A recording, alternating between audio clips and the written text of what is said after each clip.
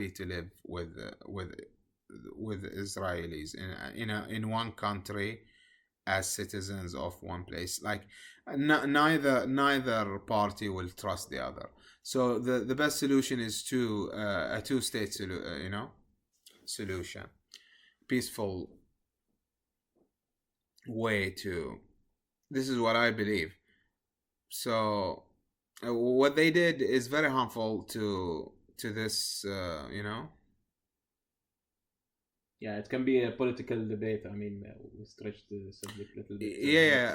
But the current situation and with woke and feminism, Palestine. but it just came because nowadays, of course, I guess you shared also with me some of the titles, I guess, or no, that was in because for me, I mean, my viewpoints might not be. I mean, the same as you see it. I mean, according to of course, no, but I guess we do agree on this point exactly, that the fact that the left are supporting Hamas, when in fact Hamas are the ones who attacked the Israelis, and they are not a far left group. They are not in any way a leftist group. Hamas and Hezbollah, they are totally and completely a far right group in every sense of the word, and this just shows you that it's a cult. Woke feminism is a cult. They don't care about things making sense. They care about their agenda, what they have in their plans, and whatever helps them achieve those plans, they will go with it. They will go along with it. It's the same with the trans issue and allowing those athletes to participate in women's sports. Again, it affects women badly. The whole point of feminism is to support women and, empower them, as they claim. Yeah, but I believe the motives are just to broaden their movement. They want to incubate any other organization. They try to incubate the minorities or the oppressed. The oppressed might not be, agreeing on their policies or their ideas, their ideologies. It can. But they will just try to capture more people, hijack more and more movements and more organizations. Exactly. You are actually one of the few whom I've seen that do agree with me, at least whom I've personally discussed this matter with. The fact that since they are losing so many women who used to be feminists, and they are no longer with them. Those women are still in their minds classical feminists, but they don't want to associate themselves with third wave feminism and woke feminism because they see it as a destructive force. Who would encourage the mutilation of children and exposing them or allowing them even to have hormonal treatments that will affect them for the rest of their lives, and so dishonestly try to paint it as something that can be reversed. It's really, this is how they try to portray it, and this shows that it's becoming a cult that is mostly concerned with a certain goal. And like you said, it's just to capture and gather more support and more people to be able to then establish itself as a real voice. And I agree with you. I mean, a religious group cannot be associated with the left. You can never, be religious at the same time you can be leftist. So this is what I believe. As a human, humans always will try to have people with the similar mentalities. They try to associate with the like-minded people.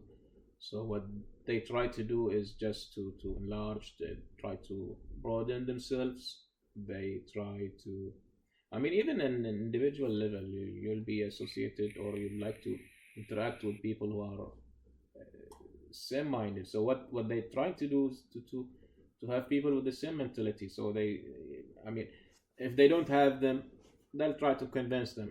If they cannot convince them, they try to be But this is how. passionate with their cause. They're empathetic with their, I don't know, with their movement, or they try to hijack, as you said, to have an agreement, to have a, I don't know. Mm-mm. But I think it's a psychological movement. Yeah. Trying to have people to the same mentality. It's exact.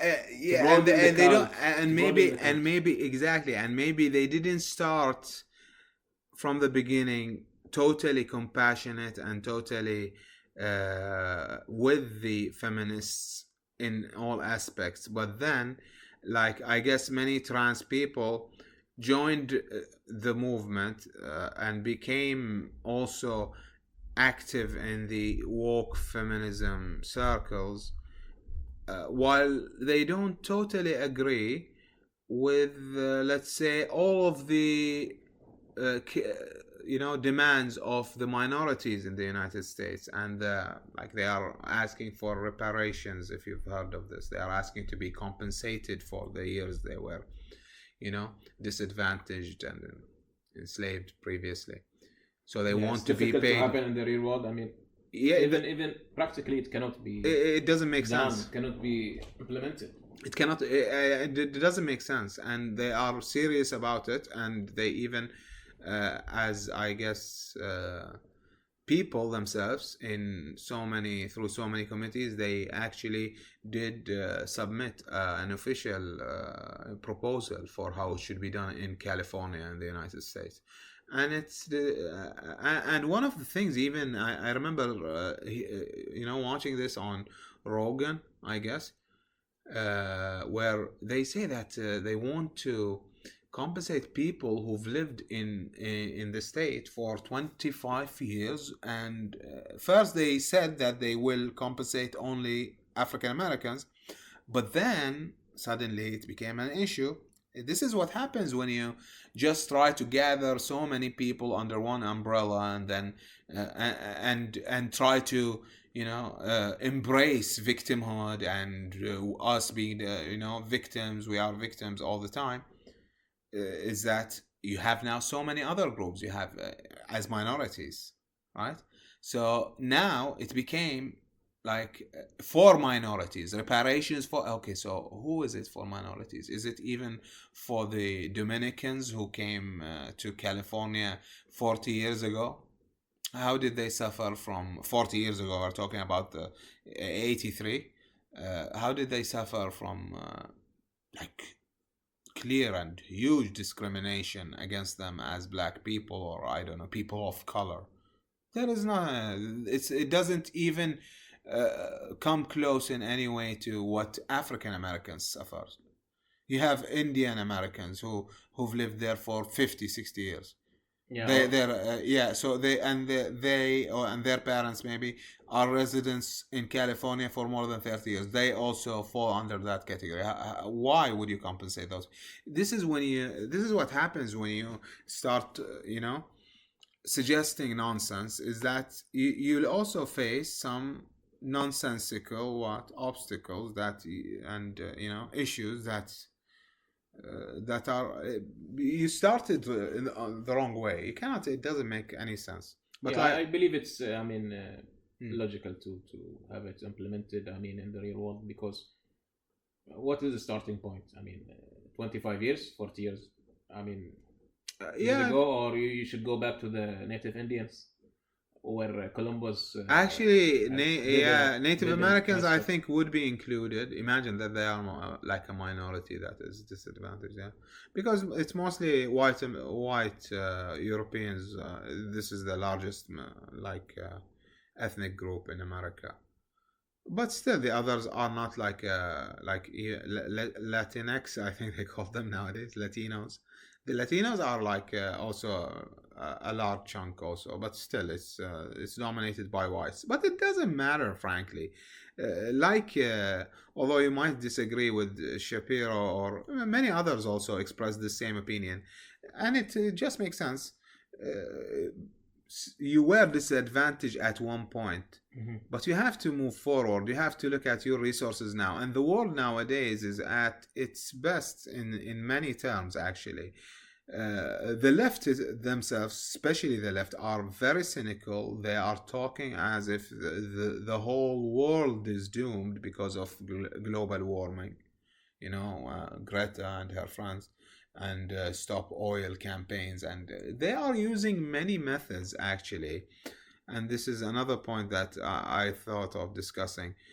What do you think of those methods that they are using, the way they are they winning any major or more support? Like, do you see what they are doing with the stop oil and blocking the roads in UK or in Germany even? Yeah, I've seen some videos on the internet, on YouTube, about these movements, and I find it cynical. I mean, okay, especially for those who are against what they call themselves, against eating meat, and the vegans, yeah. The vegans, yeah. Okay, they say that you're not supposed to eat meat and stuff. They are suffering, and animals are being killed, and I mean in like in any humane way, ways, but of course it's inhumane. They are not humans. So. I mean, okay, let's say that you have vegetable, because I've seen a video. I think with the famous American news presenter. He was discussing the idea that even the feces, of the animals, it comes from the animal. Yeah. Let's say you have a farm. It's used as a fertilizer. Yeah. It's used as a fertilizer, but these what they call it, the feces of cows and the sheeps, if you have them like in a large scale, they are a big source of. They're bad for environment. Yeah, because of methane, I think. Methane gas, and I think the funny thing is that even if you encourage, let's say for having vegetables as the only food that you are allowed to eat, you have to transport the vegetables, tomato and corn and stuff, and this is against the environment. How would you transport? It's bad. It's also bad. So you cannot find. My point is, everything can be seen as good and bad. It has good side and bad sides. If you regulate it like carefully and have it. You have to have a proper plan. Like you're saying, there should be a system, a proper way to do it, and you should have a clear idea of what is a good solution.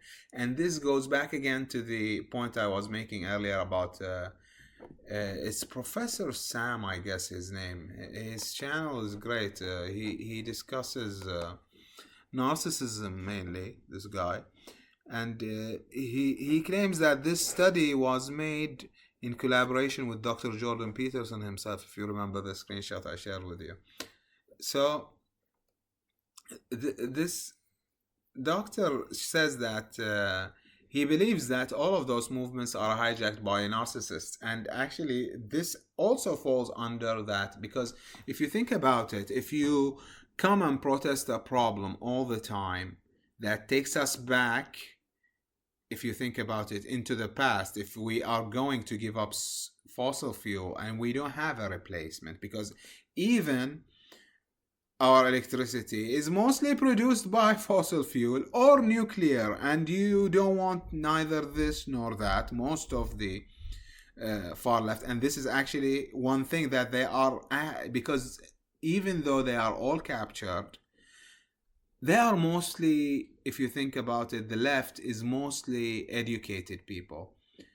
And for them, it doesn't make sense now, if we are rejecting fossil fuel, that we will reject also some of them. Nuclear power also as a source of power. So how are we gonna supply electricity to the? And another thing many mentioned, and you tell me if you agree with this too, is that this is a privilege you have there in the West to say that we don't want fossil fuel because of this or that. Mm-hmm. People in Africa, people in poor countries, they cannot have this luxury of we will not use this source of energy because it's too much damaging to the environment and we will only use that. If you applied this as a, let's say you have a way of enforcing it on all countries in some way, to the whole world, if you enforce this, how do you expect things to work? Like, how do you expect poor countries to follow what you're saying? How can they build any wind turbines like you can do there in Norway? And they cannot. They don't have the experience. They can barely live over there. And I can't see how they are even asking the whole world to do this. And the question specifically that I asked you first is, do you think they are winning supporters with those being rigid and stubborn in their demands that don't make any sense in terms of being applicable? Can we stop? No, we can't stop using fossil fuel and nuclear now suddenly and expect the world to run smoothly. That's what I think myself. I believe their statement or what they are trying to achieve is nonsense, total nonsense. Because according to what you said just now, okay, Africa is suffering. There are poor countries. They are even surviving on traditional ways of. I mean, they barely live. I mean, they barely find water. They barely find energy. Yeah, go tell them don't burn coal. Yeah, it's difficult. I mean, if you want to be environmentally like cautious and supporter, you have to go a little bit. I mean, deeper. I mean, are other humans live in luxury as you live in Europe, for example? Do they achieve? I mean, the good standard of living. Do they live good? Are they like? Yeah, can they first try to improve their lives actually? And this is one of the things I actually argue for against those